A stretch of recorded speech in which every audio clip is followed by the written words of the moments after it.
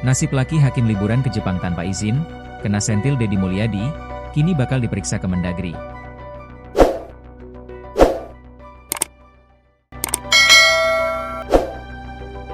Bupati Indramayu Laki Hakim mendapatkan sindiran dari Gubernur Jawa Barat Deddy Mulyadi. Laki Hakim disindir lantaran pergi liburan ke Jepang tanpa ada izin resmi. Laki Hakim dianggap tidak tahu aturan. Deddy Mulyadi memberikan sindiran kepada Bupati Laki Hakim yang liburan ke Jepang tanpa izin resmi.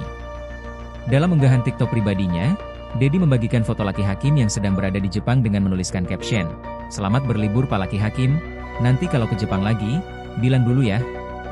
Unggahan tersebut langsung menjadi sorotan karena mencerminkan ketidaksenangan Deddy atas sikap anak buahnya itu yang pergi ke luar negeri tanpa pemberitahuan, baik ke gubernur maupun ke Kementerian Dalam Negeri, Kemendagri.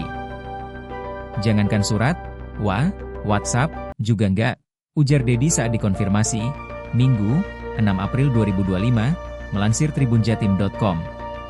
Menurut Deddy, dirinya sudah mencoba menghubungi Laki Hakim berulang kali melalui pesan WhatsApp, namun tidak direspons. Baru setelah itu ia mengetahui bahwa Laki tengah berada di Jepang lewat foto-foto yang tersebar di media sosial, termasuk yang di-tag oleh akun Japantour ID.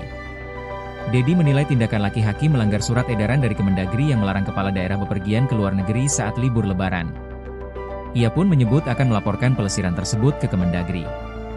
Ia juga menegaskan bahwa kepala daerah seharusnya tetap siaga di wilayahnya saat lebaran karena banyak persoalan yang bisa muncul, seperti kemacetan dan gangguan pelayanan masyarakat. Adapun Kementerian Dalam Negeri, Kemendagri, langsung ambil tindakan atas perilaku Bupati Indramayu tersebut. Bupati Indramayu Laki Hakim bakal segera dimintai keterangan dan penjelasan soal dugaan pelanggaran yang dilakukannya. Hal tersebut disampaikan Wakil Menteri Dalam Negeri, Wamendagri, Bima Arya Sugiarto melansir dari Kompas.com, Minggu, 6 April 2025.